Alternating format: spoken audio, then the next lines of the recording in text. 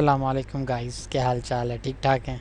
अच्छा, आज जिस हम टॉपिक पे बात करने जा रहे हैं वो बहुत ही कोई इम्पोर्टेंट टॉपिक है। ठीक है, इसमें एक्चुअली पाइथन के अंदर आप नॉर्मल भी कोड लिख रहे हो, वो चल रहा है, लेकिन कोड का एक स्टैंडर्ड होता है, कोड लिखने का एक तरीका होता है, कोड क्लीन कैसे करना है, वो सारे तरीके अगर आप फॉलो करोगे तो आपका कोड दूसरे लोगों को ज़्यादा समझ आएगा और आप एक अच्छे डेवलपर बनोगे। तो इसमें जो पाइथन में सबसे ज़्यादा जो 3 चीज़ें यूज़ होती हैं, उन लाइब्रेरीज़ हैं, उनका नाम है ब्लैक, फ्लेक 8 और आई सॉर्ट। ओके, अब हम शुरू करेंगे इन तीनों से कि होते क्या हैं। सबसे पहले हम आते हैं आई सॉर्ट के ऊपर। आई सॉर्ट ये होता है कि आपकी जो इंपोर्ट्स हैं ऊपर जितनी भी ज़्यादा, वो सॉर्टिंग हो कि उनको प्रॉपर रीडेबल हो। ठीक है, फॉर एग्ज़ाम्पल मैं आपको बताता हूँ, ये मैंने फ़ाइल बनाई हुई, यहाँ पे मैंने इंपोर्ट किया ओएस, यहाँ पे मैंने इंपोर्ट किया for example pandas as PD, यहाँ पे मैंने from datetime import timedelta और डेट टाइम कर दिया, इंपोर्ट रिक्वेस्ट कर दिया, इंपोर्ट numpy एज np कर दिया, उसके बाद import matplotlib as mp कर दिया, उसके बाद इंपोर्ट जेसन कर दिया, इंपोर्ट बेस 64 कर दिया। ठीक है, अब ये इतनी सारी इंपोर्ट्स हैं और इनके अंदर आप देख रहे होंगे कि मिक्सअप है, चीज़ें समझ नहीं आती। मिक्सअप तो नहीं है, वैसे कोड देखने से समझ आ जाती है, लेकिन स्टिल आई सॉर्ट जो यहाँ पे काम करता है, उसके लिए आपको करना क्या होता है, आपको पिप इंस्टॉल आई सॉर्ट, साथ ही हम ब्लैक भी कर लेते हैं, साथ ही हम फ्लेक 8 भी कर लेते हैं, और माइनस माइनस अपग्रेड पास करेंगे ताकि इन सारों का अपग्रेडेड वर्जन डाउनलोड हो। तो ये तीनों के फंक्शन उसने डाउनलोड कर लिए। यहाँ पे एक और लाइब्रेरी होती है माई पाई भी, लेकिन वो हम बाद में उसकी अलग से वीडियो बनाएंगे। फ्लेक 8 वैसे यूज़ करता है, लेकिन उससे अलग से वीडियो बनाएंगे, वो भी एक स्पेशल मकसद के लिए यूज़ होती है। अभी मैं वेट कर रहा हूँ ये सारे इंस्टॉल हो जाए। अच्छा, अब ये सारा इंस्टॉल हो गया। अब हम आते हैं आई सॉर्ट के ऊपर। आपने क्या करना है, आपने आई सॉर्ट रन करना है उस कोड के ऊपर जिसके ऊपर आपने रन करना है। तो मैंने ये 32 नंबर फाइल है और इसको मैंने आगे मेन डॉट पाई लिखूँगा तो ठीक है, वरना वो सारों को कर देगा। तो उसने क्या किया कि उसने बोला कि फिक्सिंग है और यहाँ पे उसने फ़िक्स कर दिया। अब उसने देखें सॉर्टिंग कैसे की, उसने जो इस तरह की लाइब्रेरी से उनको अलग कर दिया, जो ये थी उनको इस तरह कर दिया। अब उसने कैटेगरी बना दी, बी सबसे पहले अल्फ़ाबेटिकली इनको कर दिया। अब जो इंपोर्ट किए फ्रॉम दिस टू दिस वो आ गई और फिर डायरेक्ट इंपोर्ट आ गई हैं, तो ये उसने इनको सॉर्टिंग कर दिया और बीच में स्पेसिस भी डाली ताकि आपको कोड रीड करने में इशू ना हो। अब ये होता है आई सॉर्ट, इसका सिंपल काम है इंपोर्ट्स को सॉर्ट करना।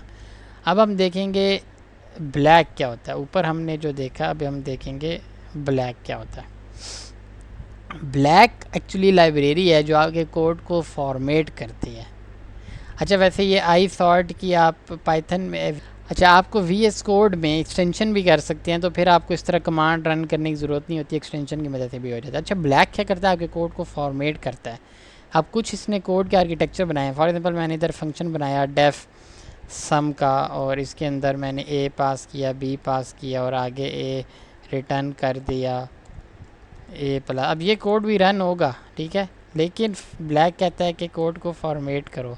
फिर यहाँ पे मैंने एक और बनाया डम्प मिन करके, और ए कॉमा बी और आगे रिटर्न कर दिया ए माइनस बी। ठीक है, यहाँ पे ऐसे कर दिया, ऐसे कर दिया। अब ये कोड है, कोड काम कर रहा है, लेकिन ये कोड रीडेबल नहीं है। अब जब मैं इसको रन करूँगा ब्लैक को, तो आप देखना क्या होगा, ब्लैक 32 और ये। अब इसने क्या किया कि इसने एक तो इन दोनों के दरमियान स्पेसिस दी ताकि वो सबसे बड़ा एक काम करता है, 2 स्पेसिस ऐड करता है। उसके बाद इसने आपके फंक्शन को किया और हर फंक्शन के दरमियान 2 स्पेसिस की, कोड में एक्स्ट्रा स्पेसिस डाली, जो सब ख़त्म करके इसने आपको कोड को फॉर्मेट कर दिया। मैंने इसकी एक्सटेंशन डाउनलोड की हुई है, तो मैं अगर राइट क्लिक करके फॉर्मेट पे जाऊँ तो ये ब्लैक का फॉर्मेट। और अगर मैं इसको डॉक्यूमेंट करूँ तो यहाँ 2 ऑप्शन है, एक ब्लैक और एक कहता है कोई और भी कन्फिगर करना है तो कर लो, लेकिन ब्लैक यूज़ होता है। तो ब्लैक जो है वो आपका कोड फॉर्मेटर, और ये पाइथन ये सबसे आखिर में एक लाइन भी ऐड करता है। अगर मैं इसको रिमूव करके सेव करूँ तो इसके ऊपर एक, अच्छा ठीक है, तो अगर ये मैंने इसको किया तो इसने उसको फॉर्मेट कर दिया।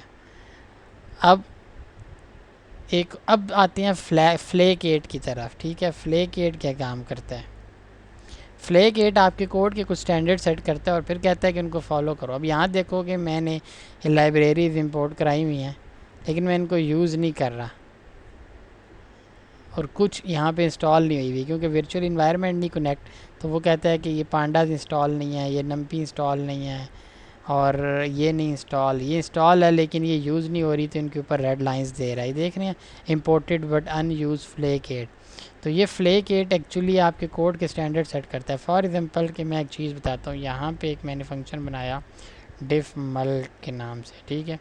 और इसके अंदर मैंने A comma B comma C comma D comma E comma F G H I J K बहुत सारे इसके अंदर मैंने पैरामीटर पास कर दिए। रिटर्न कुछ भी नहीं है फॉर एग्जांपल कर रहा, ठीक है। तो ये फॉर एग्जांपल मैं प्रिंट कर रहा हूँ, चले रिटर्न नहीं कर देते हैं। अब रिटर्न नन। अब आप ये देखोगे कि ये फंक्शन अब इसके ऊपर इन्होंने एक तो फ्लेक 8 ने रेड लाइंस दे दी। ये रेड लाइन इस वजह से दे रहा है क्योंकि मैंने VS कोड में डाला हुआ है। यहाँ पे वो कह रहा है कि आपको ये फंक्शन 2 ब्लैंक लाइंस चाहिए थी, इसके दरमियान आपका एक। अगर मैं इसको यहाँ पे कम करूँगा ना तो इसके ऊपर भी आ जाएगा। दूसरा कह रहा है ये वेरिएबल बने हुए हैं लेकिन ये कहीं नीचे यूज़ नहीं हो रहे। तो इससे हमें पता चल जाता है जी हमारा कोड में कोई ऐसी चीज़ है। यहाँ पे वो कह रहा है कि आपके सबसे एंड में एक लाइन नहीं है, तो इसने जो पाइथन के स्टैंडर्ड है ना वो ना फॉलो करो तो ये वार्निंग दे देता है। फिर एक और फॉर एग्जांपल मैं आपको बताता हूँ। यहाँ पे फॉर एग्जांपल मैंने लिखा, प्रिंट करा, hello my name is Huzaifa Zahoor and I am 27 year old and I love to do coding, ठीक है। अब ये लाइन बहुत लंबी हो गई है, तो वो कहता है कि एक लाइन में 79 से ज़्यादा करैक्टर ना करो। मैंने 90 तक ले गया हूँ, तो वो उससे कहता है कन्वर्ट करो 2 में। तो फिर मैं इस तरह करूँगा, यहाँ पे ये कॉमा लगा के, अब ये इसको 2 में कन्वर्ट करने के मुझे इसके नीचे लाइन पे लेके जाना है, तो मैं यहाँ पे कॉमा डालूँगा और यहाँ पे भी कॉमा डाल के जब मैं ब्लैक की मदद से फॉर्मेट करूँगा तो उसने इस तरह कर दिया, और दूसरा उसने 2 में कन्वर्ट कर दिया, 2 लाइन्स में। तो अब ये मेरा कोड रीडेबल हो गया, थोड़ी समझ आती है, कोड छोटा छोटा लगता है, सारी चीज़ें प्रॉपर लगती है। तो ये फ्लेक 8 का काम है। तो दूसरा एक ये तरीका भी होता है कि आप फ्लेक 8 के वो वाला एरर इग्नोर कर दो। उसका ये होता है कि मे बी यहाँ पे कॉलन डालते हैं, सॉरी यहाँ पे, अच्छा उसको यहाँ से हम इग्नोर करते हैं। अब इग्नोर करने का एक तरीका होता है कि आप फाइल के शुरू में लिख दो। इग्नोर हमें समटाइम्स करना पड़ जाता है कि फॉर एग्जांपल आप नहीं अब ये लाइन बहुत लंबी है, मैं नहीं चाहता कि मुझे इसके ऊपर एरर आए, मैं तंग हूँ। तो मैं क्या करूँगा, इस लाइन का एरर करना, मैं ना इसके आगे क्वेश्चन मार्क सॉरी कमेंट डालूँगा, नो की वो लिख दूँगा। अब उसने वो रिमूव कर दिया। अगर मैं इसको यहाँ पे इसका कोड नंबर है E501, ठीक है। तो अगर मैं नो की ओ करके E501 करूँगा तो एरर आ जाएगा, लेकिन 02 करूँगा तो वापस आ जाएगा।